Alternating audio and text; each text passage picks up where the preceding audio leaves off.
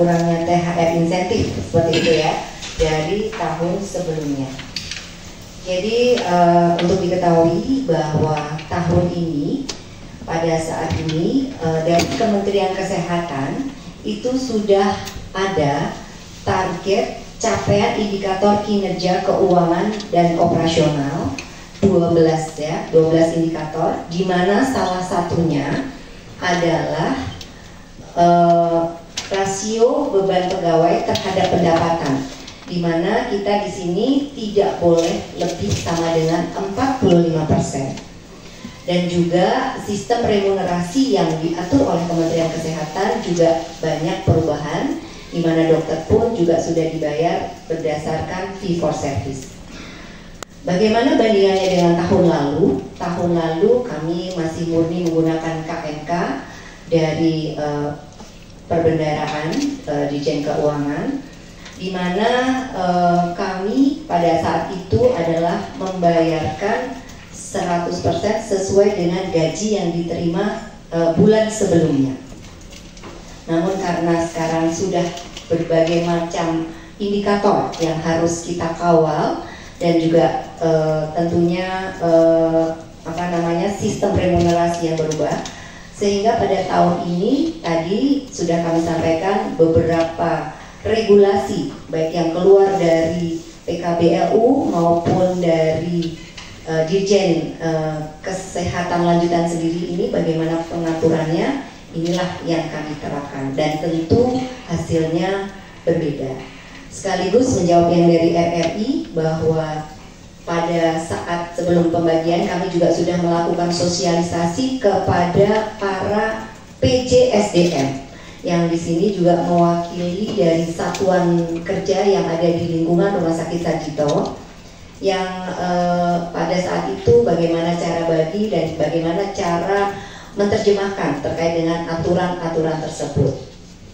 Kemudian, setelah kemarin audiensi, tentunya tadi pagi kami pun juga sudah bertemu dengan perwakilan. Dalam hal ini kalau perwakilan profesi, kita mengundang komite. Di situ ada komite medik yang mewakili para tenaga medis ya, para spesialis, kemudian komite keperawatan, tentunya dari unsur profesi keperawatan, dan komite tenaga kesehatan lainnya. Di sini adalah 23 KKF ya istilahnya, ada farmasi, ada radiografer dan seterusnya, ada sekitar 23. Namun itu diwakilkan dan kita sampaikan hasil simulasi kemampuan rumah sakit untuk melakukan penyesuaian pembayaran terkait dengan THR ini. Dan setelah itu kami juga tadi membuat berita acara bersama yang ditandatangani dari perwakilan, dan kemudian tadi siang hari perwakilan ini menyampaikan kepada masing-masing profesi yang tadi ada yang sudah melaporkan, diharapkan ini sudah sesuai dengan apa yang diharapkan dan sesuai juga dengan kemampuan rumah sakit. Demikian dari kami. Bahwa di dalam kapasitas ini tadi ada 2 komponen tadi, ya, THR gaji sifatnya dan 100% itu ya, THR gaji itu 100% dan sudah ditransfer semua kepada seluruh pegawai kita. Yang kedua adalah THR sifatnya adalah THR insentif. Nah, yang persoalan itu yang insentif, prinsipnya itu ya teman-teman. Dan tadi sudah dijelaskan lebih lanjut mengenai pokok-pokok ada indikator-indikator yang harus kita capai untuk tahun ini. Kalau sebelumnya gitu. Gimana Mas Rosi? Ya, makanya kami rumah sakit itu seperti itu. Gitu. Seluruh rumah sakit vertikal. Dan ini ada di seluruh rumah sakit vertikal. Salah satu rumah sakit saudara kita juga kemarin kan juga ada demo ya, sama seperti ini. Dan kita memang polanya sama, rumah sakit Badan Pelayanan Umum Kemenkes gitu. Kenapa? THR-nya 2 komponen, saya nggak ngomongin double. Itu. Kemarin kan yang mungkin kurang dipahami kan itu. Iya. Oke. Oke.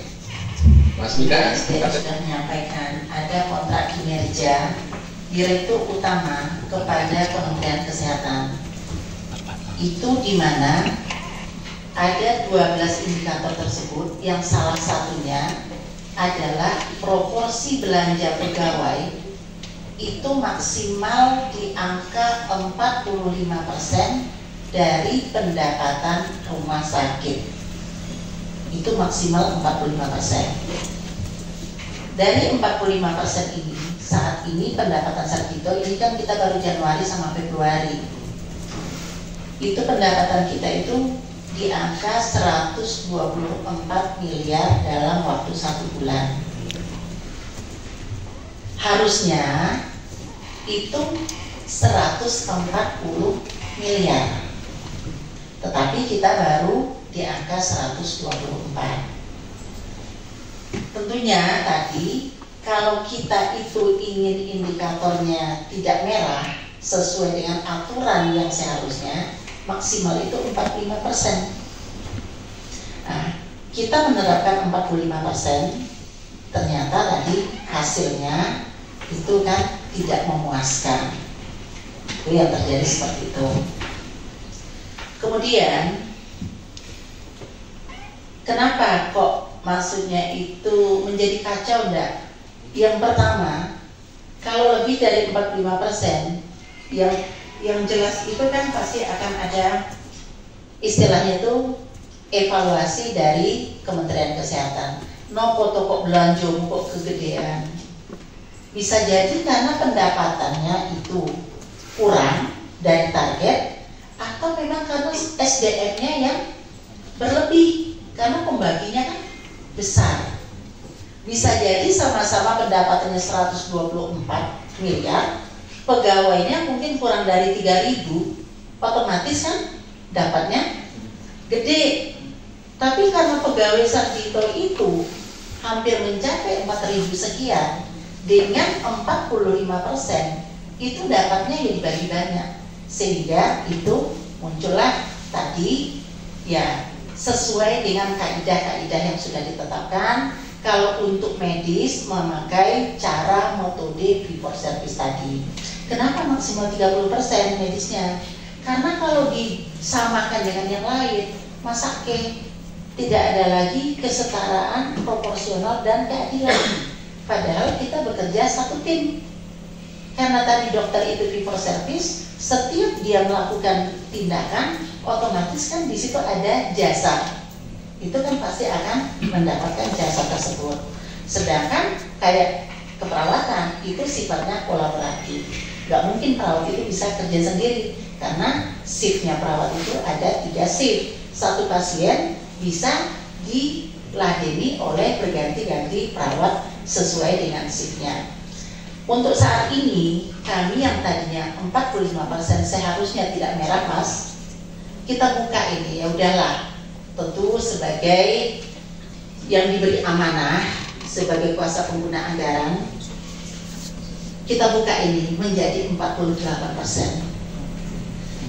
48% ini otomatis kan membuat ruang lebih fleksibel lagi, tetapi pertanggungjawaban Bu Eni kepada pimpinan itu tentu bagaimana kami nanti, apakah pendapatan kami itu bisa lebih dari 124, bisa tercapai 140 atau tidak. Kita juga akan mikirkan ini Ramadan, Syawal, liburnya banyak, ya siapapun itu pasien kalau bisa ya lebaran itu jangan di rumah sakit toh, ya harusnya itu yo pulang ke rumah. Rata-rata bornya kami kalau itu di bulan Syawal itu maksimal itu hanya di angka 60 sampai 65%. Otomatis jelas pendapatan rumah sakit itu kemungkinan besar 124 itu juga tidak akan tercapai, pasti akan turun dari itu.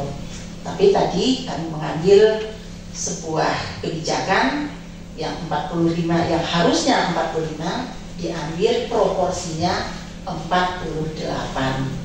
Dan nanti juga kan akan ada lagi namanya gaji ke-13 dan lain sebagainya. Jadi sesungguhnya Mas kami sampaikan Kalau kita bicara tentang THR atau sesungguhnya itu gaji dianggap gaji ke-14 ya. THR itu kan kalau dia betul gaji ke-14. Wajibnya itu kan sebenarnya kan gaji itu. Kalau dia PNS dibayarkan dari APBN, kalau dia non PNS dibayarkan oleh rumah sakit. Itu wajib 100%. Itu yang tadi Bu Dir SDM menyampaikan tanggal 18 itu kita sudah bayarkan. Kemudian tadi kelebihan rumah sakit yang mengelola kan di atasnya lagi Menteri Kesehatan, ada Sekjen, ini sudah semuanya kita juga sudah membuatkan laporan. Kemudian tadi pagi kami juga dengan komite, di sini ada namanya komite medis. Komite medis ini adalah yang membawahi tentang dokter-dokter, baik dokter umum, dokter gigi, dokter spesialis di rumah sakit.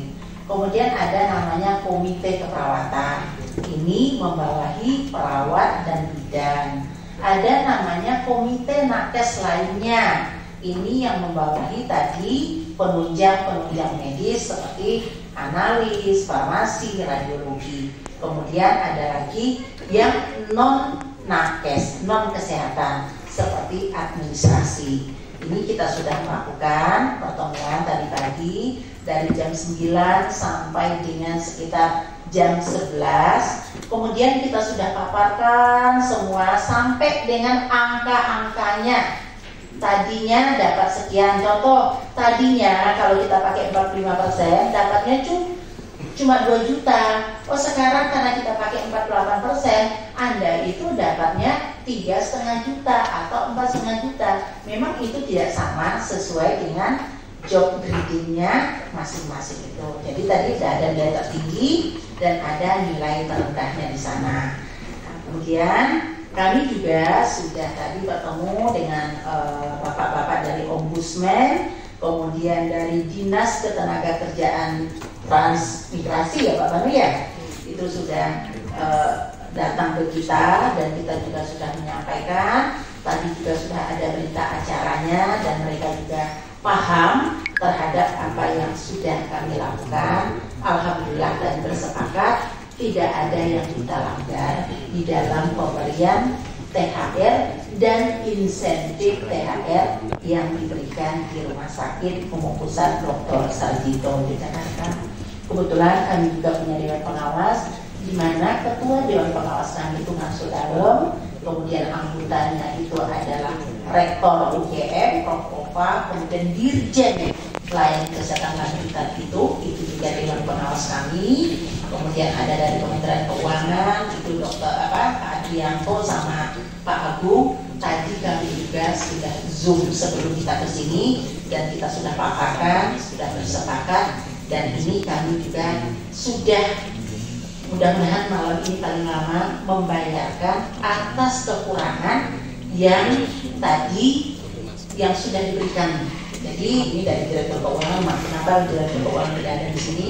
Di mana baik itu THR gaji maupun THR insentif pajaknya itu ditanggung oleh rumah sakit.